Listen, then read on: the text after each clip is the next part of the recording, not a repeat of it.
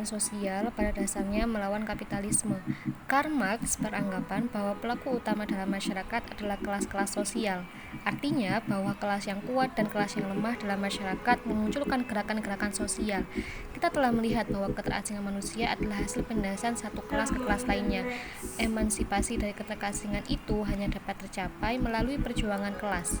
Marx beranggapan jika masyarakat ingin terbebas dari penindasan dan keterasingan, maka masyarakat harus melakukan sebuah revolusi, yakni perjuangan kelas.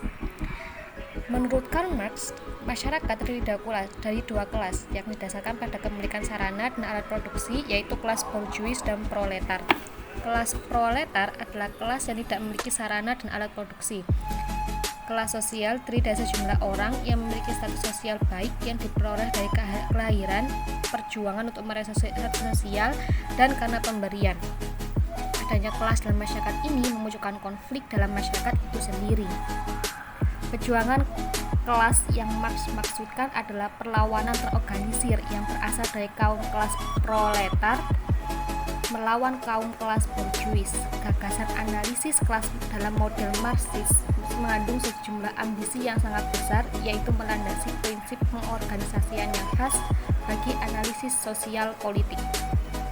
Bahwasanya Marx menegaskan kesadaran kelas ini harus dibangkitkan dari luar. Di samping itu, gagasan tersebut juga berambisi untuk menyediakan metode terbaik demi memberikan pemaknaan dan koherensi teoritis dan empiris bagi luasnya pengakumulasian data apapun, yaitu mengisi rekaman sejarah dari kehidupan masyarakat. Titik berangkat analisis kelas Marxisme yaitu melalui Komunis Manifesto yang dalamnya Marx dan Engels mendeklarasikan bahwa sejarah dari semua bentuk masyarakat yang eksis sampai sekarang adalah sejarah tentang perjuangan kelas. Gerakan perjuangan kelas dalam pandangan Marxis pada dasarnya adalah collective action atau tindakan kolektif yang muncul sebagai reaksi atas keterkanan kaum proletar oleh kelas penguasa. Problema hukum terhadap kejahatan seksual atau pelecehan seksual di Indonesia masih belum menemukan benang merah, yang mana saat ini Indonesia masuk dalam kondisi darurat masalah kekerasan seksual. Baru-baru ini ada beberapa penelitian yang mengatakan bahwasanya Indonesia menempati urutan kedua sebagai negara paling tidak aman bagi perempuan di Asia Pasifik. Pada tahun 2021, peningkatan kekerasan seksual meningkat 2 kali lipat dibanding tahun 2020, yaitu mencapai 4.500 kasus hingga September 2021.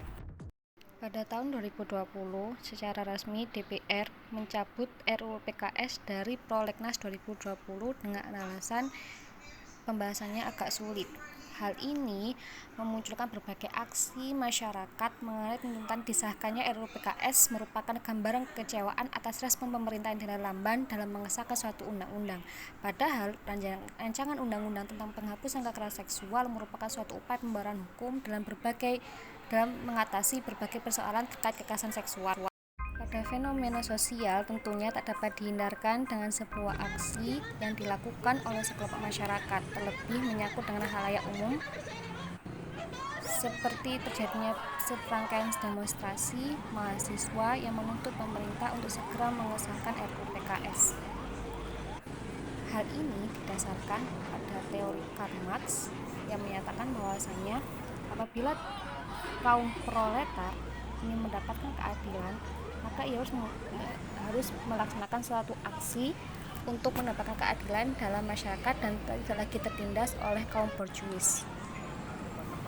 Dalam pernyataan ini, teori Karl Marx bisa diaplikasikan kepada demonstrasi yang dilakukan oleh masyarakat sebagai pihak proletar yang menuntut pemerintah sebagai kaum borjuis agar segera mengesahkan RUU PKS sebagai payung hukum terhadap korban kekerasan seksual.